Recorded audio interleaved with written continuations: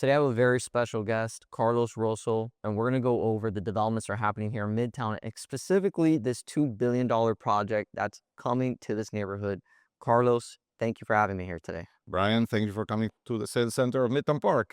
So for the people who don't know Carlos Rosso and your background, how did you even start in development? Oh, I'm originally from Argentina. I moved to Miami 25 years ago. I started working with Jorge Pérez related, 25 years ago as an assistant project manager doing rental properties in Tamarack. Wow. That was my first job, and ended up becoming president of the condo division at Related, where I spent the last 10 years until 2022 when I decided to move on and open my own firm. And how was that experience working with George Perez? Amazing, amazing. He's a great teacher. He's a great mentor. You know, in like most of us, I arrived with a student visa, and thanks to him, I got my H-1B visa, and then I got my citizenship. So, on top of all the learning, I think it's very important as an immigrant, to thank the people that have been there before us and that paved the way for us to be able to be successful in a place like Miami. Like we were talking, 60% of the people in Miami are not from Miami. They are not born in Miami. So this is a city that is built out of immigrants, coming from all over the place. And that has created a huge demand, for real estate. So this specific project, it's a $2 billion, I consider it a mega project coming to the heart of Midtown. Why did you decide to make this bet in this community? I think, Midtown has great bones. When we look at different neighborhoods, we look at the structure of Midtown and we said, this is an amazing, amazing location to do development. First of all, it's a master plan development that was master planned 25 years ago, you know, and these were the old railroad yards of historic Miami. 100 years ago, this was an empty lot full of trains, like the Hudson Yards of Midtown. And in the early 2000s, there was a master plan developed by Bernard Siskovich, which basically laid out all the streets and laid out all the rules of development of Midtown. Midtown has some unique characteristics that no other neighborhood in Miami has. First of all, we are at plus 13 elevation. That means that this area never floods. That means that, we can place the buildings and the interiors of the buildings can have a direct relationship with the sidewalks. And why is that direct relationship important when you're doing these designs? Because, we know from experience, from history, that good ground floors, good retail spaces on the ground floors are really the most important thing in real estate development. The connection between people that live in private spaces or that have a restaurant and the sidewalks, is what generates pedestrian traffic, is what makes all those ground floors really, really attractive for retail, and it's what makes the neighborhoods feel safer. The more people walk in front of private spaces, the more safe the neighborhood feels. It's a counterintuitive thinking or reasoning, but that's how, if you really think about it, that's what we like about walking in European cities or even walking in New York or walking in big urban spaces. The fact that we are looking outside and seeing people walk, makes the neighborhood feel very, very safe. And Midtown, from day one, had that characteristics because of the elevation. And the architect realized that and designed accordingly. So this main street of Midtown Boulevard, was designed from day one as a natural pedestrian connector between the design district and Wynwood. And on this street, there are some uses that are prohibited. We cannot have a garage entrance. We cannot have the loading of the buildings. The buildings cannot have their garbage taken out on this street. So this street is a perfect paseo that connects the design district with Wynwood, with 15-foot wide sidewalks, with mature landscape, with great trees, with great shadows, which make for great outdoor seating, which make for great restaurants. So I think we spoke about it a little bit briefly, but to bring this project to life, there's a lot of intricate parts that need to work simultaneously. So this site was planned to be a Walmart. What did you have to do to get it to this point where right now we have this project that's going to break ground? Well, the fact that we bought the site so long ago, at such a great price allows us today to be very competitive in terms of pricing, you know. But it's like like we were talking before, the community of Midtown is a very important community. They oppose Walmart. They fought Walmart, and after 5 years, Walmart had to sell. And when we started designing, they knock, they knocked at our door and they said, "What are you guys designing?" And we said, "Well, we are designing a project for this neighborhood. So like, we would like to see it, And we were like, "Well, when we are done, we'll show it to you." And they said, "No, but we've been fighting 5 years not to build a big box on this side. And we want to just give you a list of the things that we want." We were like, "Okay, let's see what you guys want." And they said, "We want open spaces. We want to be able to cross this site. You know, we want to be able to have uses that are compatible with what we have in Midtown, what is happening in the design district.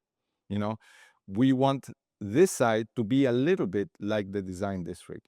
So with that in mind, we started working with Arquitectonica and we developed this project. This project incorporates all the needs that they had given us in the initial list. They wanted open space. We're giving them two parks, one park on Midtown Boulevard, another park on Miami Avenue. We're giving them two pedestrian paseos that are the same scale, the same size as the design district. Because we also believe, we listened to what they said, and we believed that what they wanted was also good for business. And I think it's important because and you're telling me the people that gave you the list were the residents, the community members that Yeah. lived here. So when I look through my comments and I see different things through social media, I feel like the community has a disconnect and they have this perception of developers that they're not doing it for the best interest of the community. But here's a perfect example where the community and the development group came together, said, "Hey, we're going to bring you a product that's going to fit the needs that you guys want. It's better than what you were going to have before, which was a Walmart." And I think it's something that's cool to touch on because that whole process, I feel like for those who are watching this and who want to learn about Miami real estate, what's going on, that this is a collaborative process, and I think it should be. So it's pretty cool that you're able to talk to the community. They felt comfortable enough to reach out to you and then bring something together. Yeah, it takes time and it takes a lot of sort of patience to gain the confidence of communities when you go and you develop. This is my third building in Midtown, and these are people that really love their neighborhood. They love the fact that they can come down and come down in the morning, go to the gym, then come back, walk to Trader Joe's, do their groceries, go up, maybe work from home or work in Buro or some of the offices that are around here, and then later on, come down and have dinner in their neighborhood, and then go and sleep in their apartment, in their condo. It's very funny, the main group that lives in Midtown is single women Oh, interesting. because they feel very safe. It's a very safe neighborhood. It's all residential. The lights are always on, and particularly on Midtown Boulevard, there's no dark spots. It's not like in Brickell or in downtown that sometimes you don't feel as safe as you feel in Midtown. Was that intentionally planned? It was intentionally planned from day one by the architects, who did the design and set up the rules. The fact that you have outdoor seatings everywhere, and that you have ground floors that are illuminated, particularly for women, it makes them feel very safe. There's always somebody watching. They're not passing in front of a dark storefront or in front of an office building that at night is dark. So this is 100% residential. So I think that the bones of Midtown are fantastic. You see a lot of young families renting in Midtown. We have right now, three great supermarkets very close to each other. You have Trader Joe's, Target, and you have Whole Foods. And you have luxury development happening around us. We have a John George condo tower being developed in Midtown by Terra, by David Martin. We are seeing projects selling for above 2,500 a square foot in the design district. We're seeing Kempinski Towers. We're seeing new office development by the 1000 Museum Group, on Biscayne Boulevard. So all those are amazing signals that really Midtown is really to be considered, as a super high-end neighborhood in Miami. So are you seeing that demand from international buyers, even with what's going on today in the current market, that they're still purchasing here? Because to hit $2,500 a square foot, that's pretty high. Yeah, we went there a couple of days ago. We walked through their office, and we were surprised. That's the same crowd of people that buy at the Four Seasons in Surfside, and they're coming out to the design district to buy residential product. So definitely the demand is there. We are seeing the migration. We continue seeing the migration of companies here. Amazon just opened their offices a block away from our side. So there's no turning back from Miami, and that's what I always try to say, that if you have the patience and you have, the shoulders for the long run, real estate's an amazing business. It's a business that you should never sell, Yeah, especially here in Miami, which that's the other issue. Land price is extremely expensive right now. And that's part of the reason why we can be so competitive with our prices, And again, we are offering all these public amenities, that the neighborhood sort of told us that they wanted, but that add a tremendous amount of values. We have 120,000 square feet of ground floor retail, 60,000 square feet of office, an 8 court permanent paddle club with ultra. We have restaurants, we have all the things that you want at your doorsteps. Be able to come down from your apartment, grab a coffee, go and work in an office, then come back and do some shopping, then have lunch in one of the restaurants, then pick up a time and do a paddle club, a paddle match in our club, and then go up, change, and come down and go to another great restaurant or go to the design district, and it's all within your property. As you're talking, I'm seeing a bunch of people walking down here, and they're all in gym clothes, and it's like I feel that's like the attire of Midtown. Every time I come here, everyone's wearing gym clothes. So touching on the livability, walkability, how does the 15-minute concept play into this? Because it's a very common thing that I'm starting to hear now in a lot of developments. It's been around for a while, but for those who don't understand or don't know about 15-minute cities, I guess you can touch on that. We are lucky enough to be able to develop this project in an area that has low density. We can only build 150 units an acre in Midtown, and that allows us to separate the buildings, and have great views and great space. In between our towers, you can fit the Miami Dolphin Stadium, just to give an idea of the size of our project. That allows us also to design 2 parking garages that are completely lined up with uses, so you really don't see them, but allows us to give more parking than usual. Our bigger units have 2 assigned parking spaces, which I think is great. And we have across the street from us, Midtown Garage with another 1,500 parking spaces. So that's, for the people that say without parking you cannot survive, and without cars you cannot survive. But there's the counter argument to that, which is we live in a neighborhood where everything is going to be so close. You're going to have the offices, your restaurants, your gym, the paddle club, that you won't need the car, And eventually, I think, as we are seeing, more and more AI and other types of technologies evolve, we are not going to need a car. Yeah. We are seeing Waymos pass in front of our sales center on a constant basis, and the cars are, in a sense, an extension of our personality in a lot of times. People feel good about showing off with their car, but reality is that a car is a cost, and if technology can lower the cost, I think people are going to start using other means of transportation. Do Today, your car is a $500 a month lease, $100 a month insurance, service every X amount of time, paying for parking, So it's an expense that if somebody told you, hey, today owning a car signifies, $1,000 a month for you. But if tomorrow Waymo comes and says, for $500 a month, I can drive you anywhere you want. Within 5 minutes, there's going to be a car at your doorstep. I think that's going to be the future of cities. And it's ridiculous to have all this amount of cars parked, Yep. and they're not used. The reality is that, you know, but in our case, again, in our case, and not to digress, from what we were talking, I think the need of a car is going to be diminished because we have all the uses around it. And we are firm believers on this concept of 15-minute cities.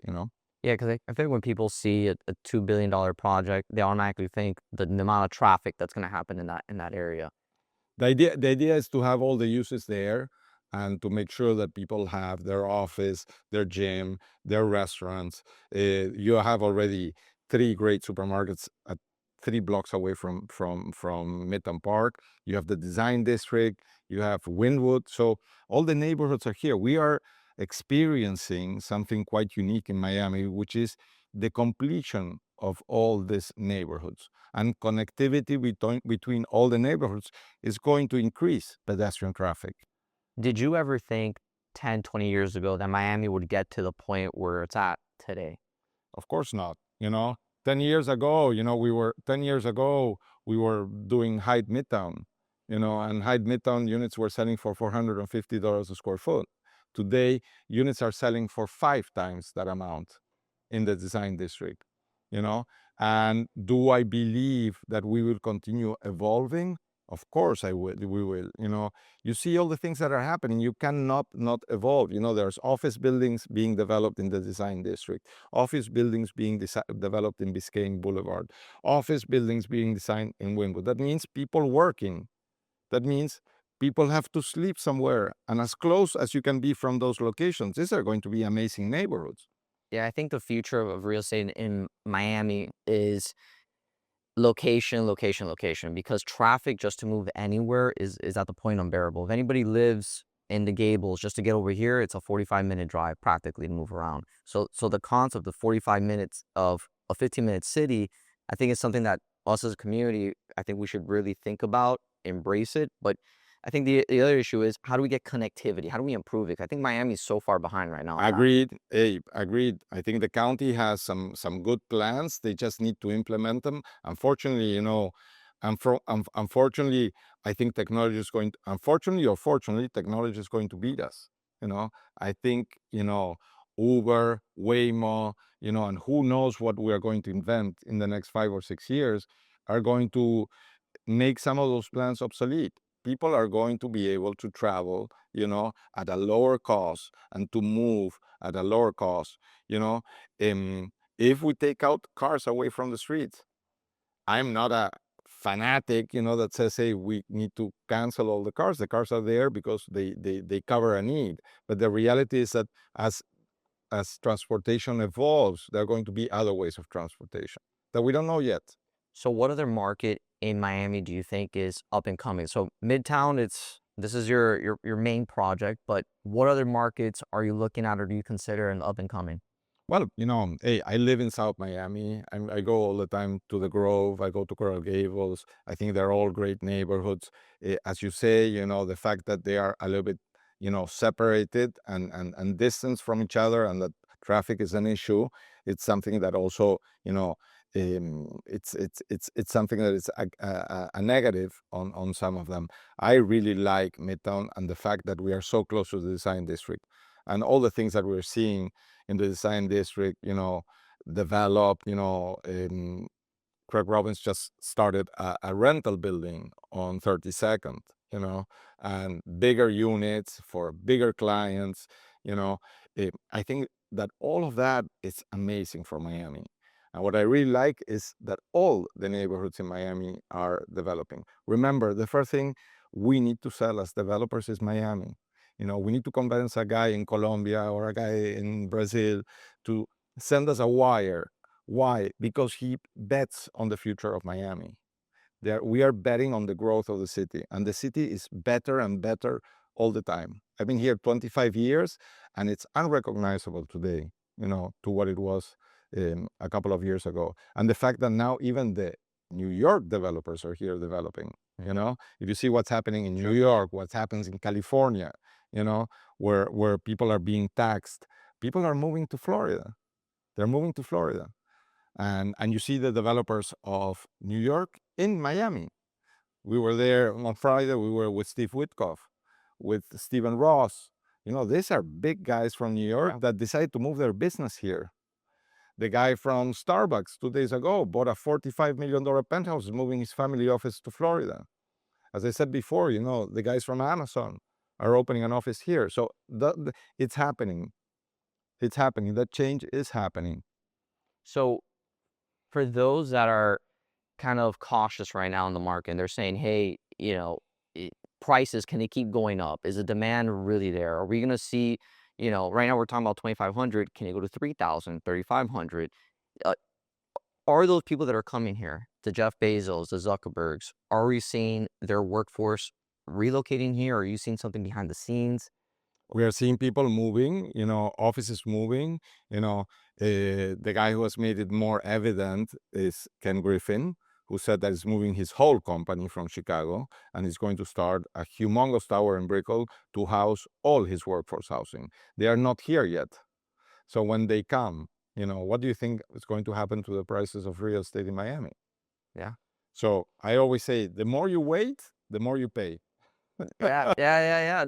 It's funny because a lot of people that bought 10 years ago, now they're sitting on a bunch of equity, and it's like, what are they going to do with that money, right? And then people trying to get into the market, for them, it's, Those guys have a great problem. Yeah, they have a great problem. They can sell and move around and go another they can spot. go around. But the reality is that Miami is evolving and keeps evolving faster than anywhere else in the country. Faster. For a young developer that's trying to get into the market here in South Florida, I guess what's one piece of advice that you can leave off to them?